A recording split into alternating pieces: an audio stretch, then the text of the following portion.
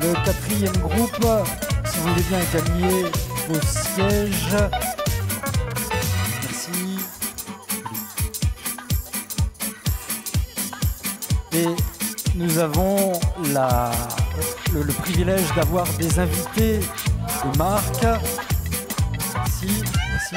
Parce que sans vous, on ne pourrait pas accueillir tout le monde ici. J'aimerais que Protecto, dont on a pu voir l'efficacité tout à l'heure, accueille et nous aide à accueillir notre dernier invité, Frédéric Bedos.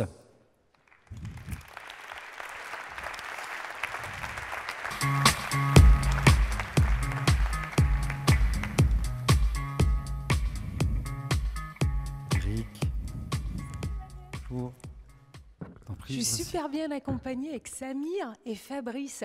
On les applaudit. Merci. Il paraît qu'ils sont sur la protection des sites. Donc en fait, je dois être du patrimoine de la région Nord ou un truc comme ça, je pense. Oui, oui, on verra pour les horaires de visite. Ok. Après. Merci. Mais effectivement, pour ce quatrième groupe, je vous rappelle l'histoire des 4 frères. Il nous reste celui de la protection, celui de la cohérence, celui qui met la peau et les poils et qui en évite à la structure de se déliter. Ainsi donc est la fonction de l'entreprise Protecto. Et j'invite son dirigeant Walter à nous en dire un peu plus.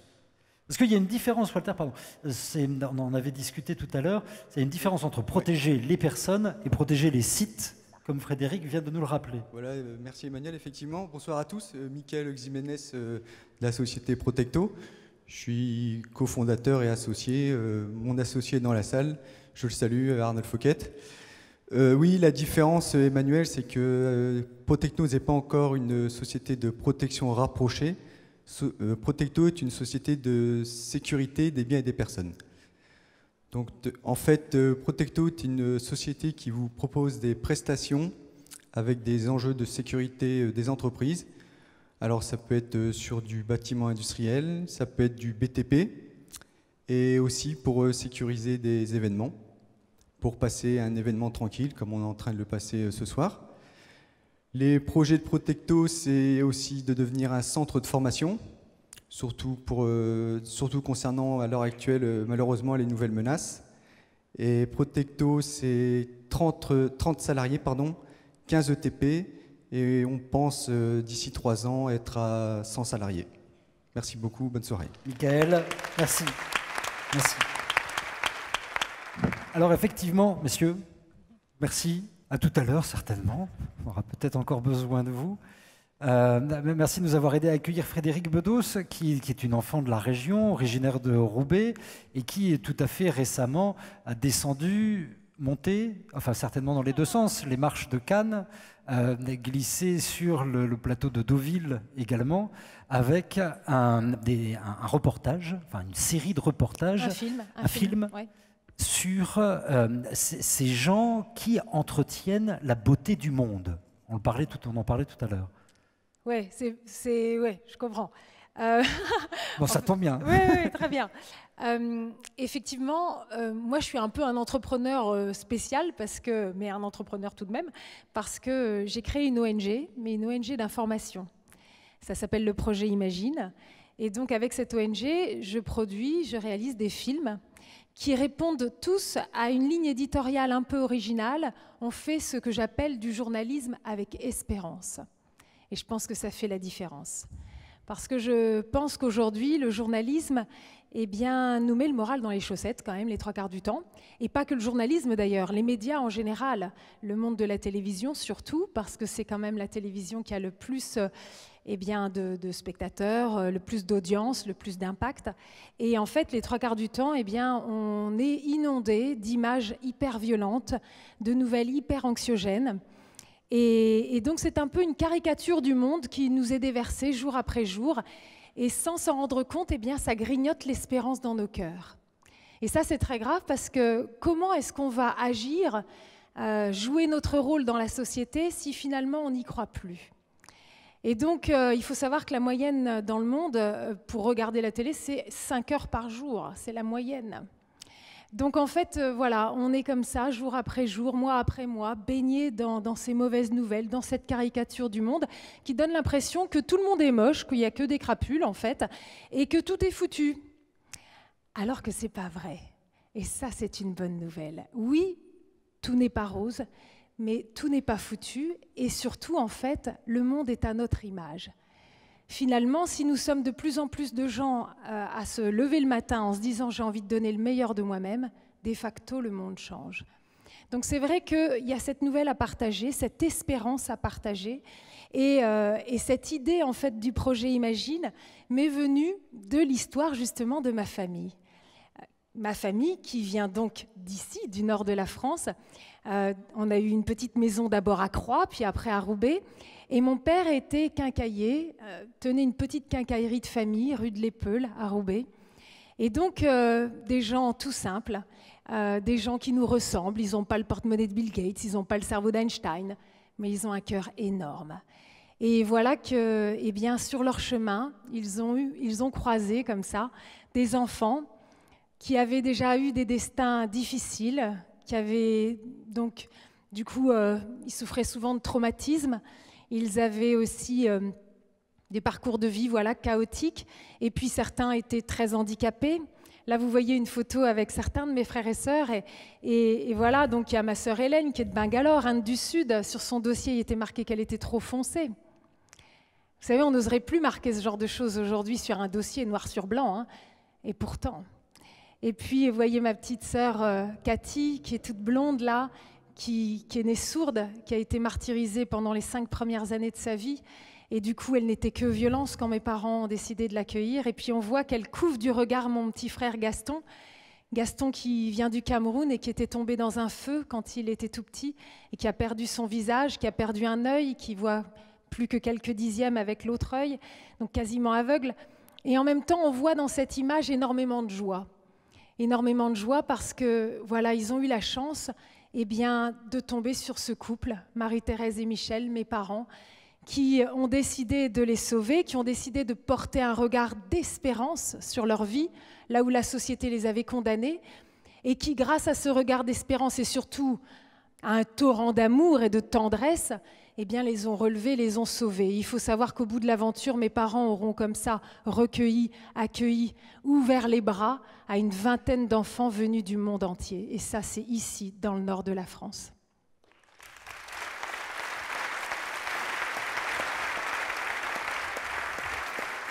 Merci pour eux. Alors du coup, c'est sûr qu'une enfance comme celle-là, ça laisse des traces. Et donc surtout cette trace d'espérance. Et je me suis dit, mais finalement, des gens comme mes parents, ce sont des héros de l'ombre, des héros dont personne ne parle, des héros humbles, parce qu'ils n'ont pas fait ça pour la gloire, pour la lumière. Et des hommes et des femmes de cet acabit, eh bien, il y en a partout dans le monde, et ils sont très nombreux. Ils n'ont pas tous adopté une vingtaine de mômes, mais ils s'attaquent tous à des problématiques différentes, des problématiques bien concrètes, auxquelles il nous faut faire face. Et quand on voit eh bien, les résultats qu'ils ont réussi à obtenir à force de détermination, de niaque et d'imagination, c'est vraiment savoir imaginer un autre monde, eh bien, on est complètement bluffé. Et il y a un effet miroir.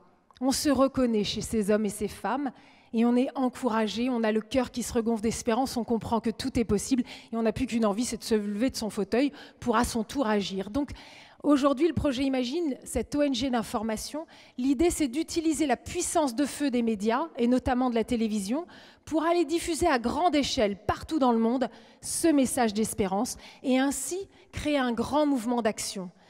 Il est clair qu'il est temps de nous engager, d'unir nos forces pour véritablement faire basculer les choses vers le meilleur. Nous sommes à la croisée des chemins, et il y a urgence. Il y a le pire comme le meilleur en face de nous. Il va falloir qu'on soit très nombreux, de plus en plus nombreux et très déterminés à choisir le meilleur. Ensemble, on peut tout faire basculer. Et donc c'est ensemble... Yes! Et donc c'est avec cette volonté de faire communauté et d'agir ensemble que tu t'es rapproché du projet Souffle du Nord, où alors c'est eux qui se sont rapprochés de toi, qui est composé de 150 créateurs et dirigeants d'entreprises. Exactement. C'est vrai que moi, je sais pas pour vous, mais moi je passe une très bonne soirée. Parce que justement, effectivement, on n'arrête pas de voir la créativité. On voit des hommes et des femmes qui, effectivement, ont décidé de se lever. Ils ont identifié des besoins, des panologues, là, c'est super. Moi, j'adore. Des besoins très concrets. Et puis, pouf, il y a le déclic, et puis on y va. Donc, on décide de ne pas avoir froid aux yeux. Dans une société qui veut tellement nous faire peur et nous faire trembler, on y va. On prend le risque. Et ça, c'est très intéressant. Bien sûr que tout n'est pas rose, ce ne sera pas facile. Il faut une certaine niaque, il faut mouiller la chemise, mais ça vaut tellement la peine parce que notre société ne vit que de cela. Ces services-là, nous allons tous pouvoir en bénéficier et nous faisons société ensemble. Et ce qui est formidable, c'est que nous vivons dans une société où la communication est devenue véritablement un enjeu au cœur de tout. Ça vaut de l'or, la communication. Et ce que je trouve formidable, c'est que ce qui s'est passé avec le Souffle du Nord, c'est une association qui, comme son nom l'indique, vient du nord de la France, des entrepreneurs qui ont décidé de mettre leurs moyens en commun pour relever des grands défis sportifs, mais au service de valeurs, au service de grands messages. Et voilà qu'ils ont décidé de relever un très grand défi, carrément l'Everest pour les marins, le Vendée Globe. Le Vendée Globe, c'est le tour du monde à la voile, en solitaire, sans escale et sans assistance. C'est véritablement un défi incroyable. On voit justement là le skipper. Voilà, Thomas Ruyant, qui est dunkerquois.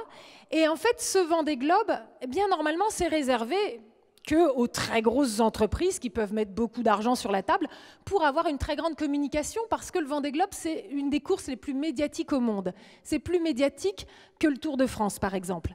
Alors, voilà que ces entrepreneurs eh bien, ont décidé de mettre en commun leurs moyens, mettre leur argent, leurs moyens, leurs compétences, en sachant très bien qu'ils n'auront pas de visibilité sur ce bateau. Ils ont volontairement accepté de rester dans l'ombre pour que toute la visibilité du bateau soit offerte à l'ONG et pour qu'ainsi eh bien, soit mis en lumière ce message d'espérance qui veut dire qu'il y a des héros dans le monde entier.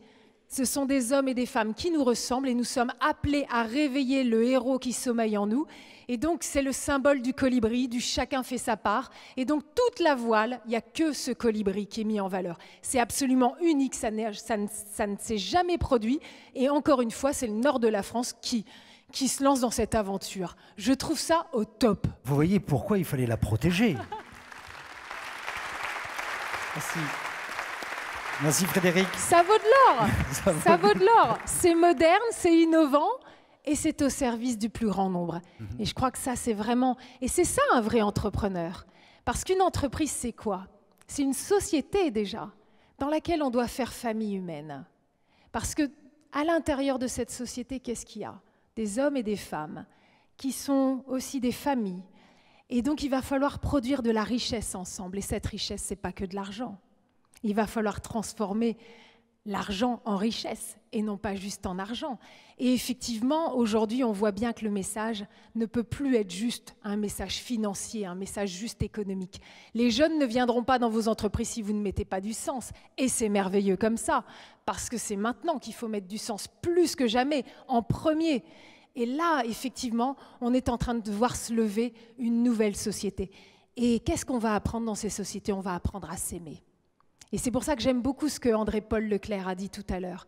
Nous avons un homme qui connaît ce que c'est que l'entreprise, qui s'est lancé en politique. Et c'est vrai que c'est intéressant parce qu'aujourd'hui, on ne voit dans les médias que les politiques qui, sincèrement, ne sont pas forcément les plus intéressants. Je ne sais pas ce que vous en pensez, mais moi... Et pourtant, il y a plein d'hommes et de femmes politiques qui valent la peine dans ce pays. Et je pense vraiment qu'un homme comme André-Paul Leclerc, il en fait partie. Alors je trouve que c'est super parce que voilà, on commence à oser prendre la parole et à dire un mot qui est pris comme un gros mot en ce moment, c'est le mot amour. Or c'est un grand mot, c'est pas un gros mot, c'est un grand mot. Et c'est le seul qui vaille vraiment la peine. Nous rêvons tous d'être aimés et d'aimer.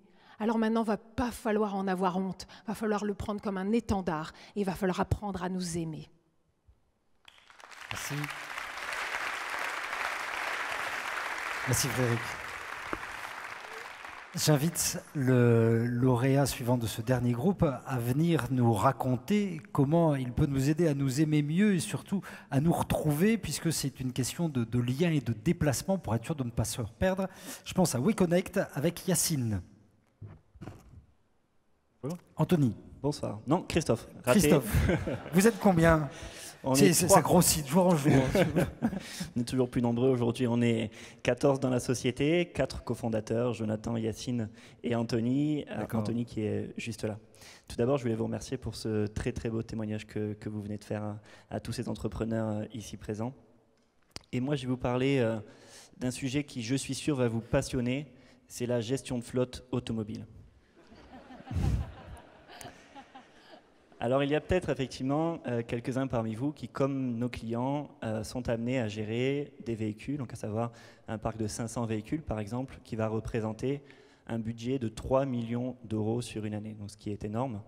Et peut-être qu'ils le gèrent comme 97% des gestionnaires français, à savoir avec un bon vieux tableur Excel.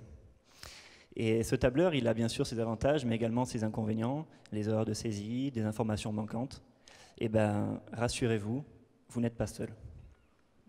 Aujourd'hui, WeConnect va vous permettre de prendre la bonne décision au bon moment, en vous donnant accès en permanence et à distance à une multitude d'indicateurs sur votre parc qui va de la consommation au kilométrage, au taux d'utilisation et bien d'autres indicateurs. Mais surtout, chez WeConnect, notre volonté, c'est d'inclure au centre de ce système le conducteur, qui est responsable à hauteur de 50% des coûts liés à son véhicule. Et pour ça, on va lui donner une application qui va le permettre de le challenger, de paramétrer sa vie privée, un paramètre important, et surtout de l'incentiver, de l'encourager à améliorer sa conduite au quotidien. C'est pour ça que chez WeConnect, simplement, on vous permet de réaliser 650 € d'économie par an et par véhicule, et de gagner 50% en temps de gestion. Merci à vous. Merci Yacine, Anthony, Christophe. Alors, je vous propose de découvrir nos derniers lauréats par vidéo interposée avec Jean Bouteille. Je vous prie d'excuser l'absence puisque une naissance le retient ce soir. C'est beau. Ça n'a l'air de rien à la vie d'une bouteille. Et pourtant, jour après jour, des milliers de bouteilles innocentes sont utilisées une seule et unique fois. Si elles ne sont pas abandonnées dans la nature, elles sont au mieux recyclées. Dit comme ça, ça a l'air bucolique, mais en fait...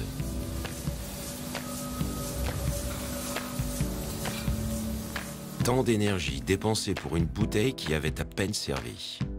C'est pour arrêter ce massacre absurde qu'est né Jean Bouteille. Jean Bouteille est presque comme les autres, sauf qu'il permet de consommer sans générer de déchets. Si, je vous assure. Il faut simplement vous rendre dans un magasin équipé de fontaines, de choisir son produit, la quantité désirée et d'utiliser Jean Bouteille pour recueillir votre précieux nectar. Mais sa véritable force, c'est d'être consigné.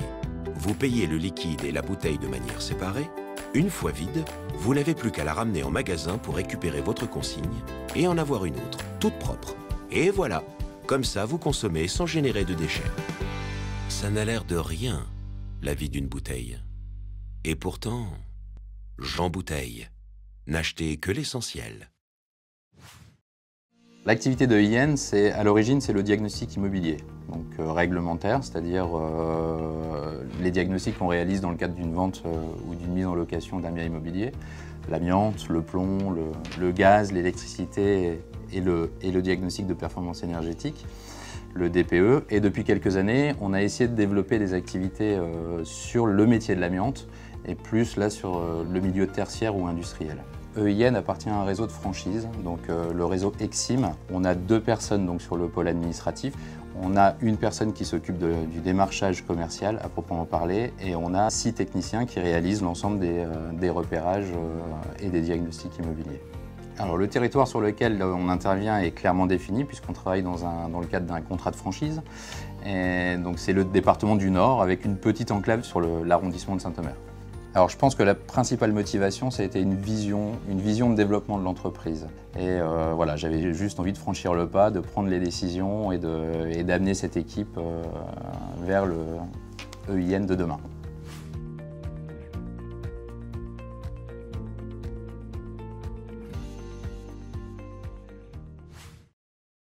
L'entreprise Toiture du Fermont, qui existe depuis 33 ans, est une entreprise de couverture dite traditionnelle. Alors, à ce titre, on fait bien sûr de la couverture conventionnelle en LOR à base de tuiles, que ce soit tuiles ou ardoises.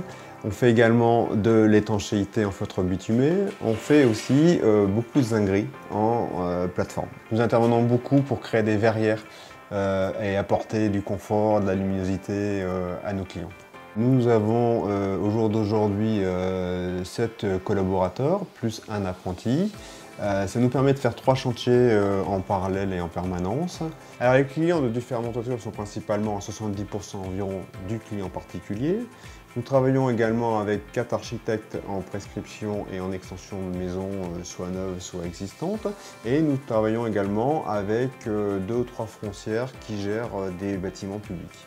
Dans 10 ans, mon objectif est d'être environ à 4 ou 5 équipes de pose, de maintenir et de développer les compétences techniques présentes dans cette entreprise et pourquoi pas la transmettre à mes descendants.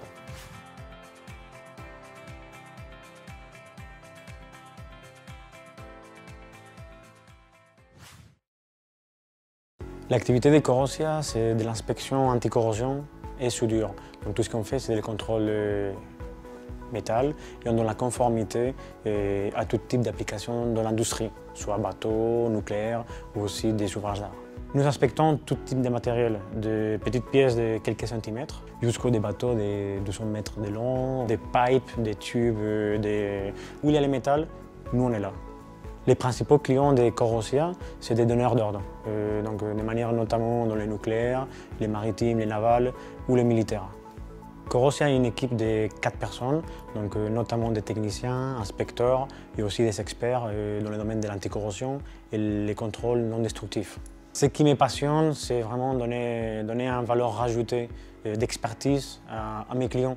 Ce n'est pas tout à fait visible la corrosion dans le domaine industriel, c'est plutôt négligé des fois. Donc nous, on essaie de donner cette valeur rajoutée d'expertise et surtout d'accompagnement des clients dans la corrosion. Corrosia, qui nous redonne des environnements comme au premier jour. Vous venez de voir ce 4e groupe, donc vous l'avez compris, c'est le groupe, pour reprendre le compte de tout à l'heure, qui s'occupe de la cohérence, la protection, la peau, les poils autour, et c'est avec ce dernier lauréat que nous terminons donc cette soirée de présentation 30 ans de Réseau Entreprendre Nord aujourd'hui. Avec Manuel, Oui. Je crois que tu nous as oublié. Comment ça? Garden. Garden, on vous a oublié Garden. Mais vous avez oublié Garden. Et ça fleurit partout chez vous. Mais là, voilà, regardez encore les un nouveau équipes de lauréat, Garden. ça n'arrête pas. C'est pas magnifique. On vous a gardé Garden pour la fin. Parce que on parle de beauté et d'amour, vous prenez soin de notre environnement. Eh bien oui. Merci Emmanuel. Effectivement, on prend soin de tous les environnements. En Garden, ça va vraiment vous changer le jardin. Et si vous êtes un professionnel, ça va aussi vous changer vos espaces verts. Donc, vous l'avez tous connu, on en a parlé encore il n'y a pas très longtemps avec Olivier, il se reconnaîtra dans la salle. C'est compliqué de faire appel à un jardinier paysagiste aujourd'hui, de trouver la bonne pépite. Quand vous l'avez, souvent, elle n'est pas disponible. Aujourd'hui, on a répondu à toutes ces problématiques avec Garden. Donc imaginez des espaces verts bien entretenus par ses collaborateurs, notamment. Des allées nickel, vous avez des terrasses parfaites, la création de jardins, puisque c'est aussi dans les compétences de Garden. Voilà, tout ça, c'est notre quotidien. Alors comment on fait tout ça? Donc finalement, on a décidé de recruter des collaborateurs. 100% de notre personnel, c'est des salariés de l'entreprise. On a une trentaine de collaborateurs aujourd'hui, en France entière, sachant qu'il y a 14 mois, 16 mois d'activité seulement, 500 000 € de chiffre d'affaires. Donc on a une belle réussite, en tout cas on en est très fiers. Et je voulais d'ores et déjà remercier les collaborateurs ici présents. On a également un pied dans le numérique. Garden, ce n'est pas que du terrain, c'est aussi du numérique. Voilà, on travaille sur tous les nouveaux usages, la réservation en ligne, les applications de réservation bientôt disponibles sur iOS. C'est tout ça qui fait aussi Garden. C'est toute cette richesse technologique. C'est vraiment un pied dans la terre, un pied dans le digital. Une dernière info, si je peux me permettre, on en est très fiers et je voulais aussi l'annoncer ici aux collaborateurs. On a été repéré par la rédaction de Capital.fr et de Management, et donc Garden fait partie des 30 entreprises en France à suivre en 2016-2017. Donc c'est très, très agréable pour nous, c'est vraiment un beau succès. Merci à tous, merci à vous. Merci. Merci. Merci mon ange Garden. Avec plaisir. Merci aussi. J'en profite peut-être parce qu'a priori je suis le dernier. Merci à tout le réseau Entreprendre pour la qualité exceptionnelle de la relation. C'est vraiment important et très important pour les entrepreneurs. Merci beaucoup.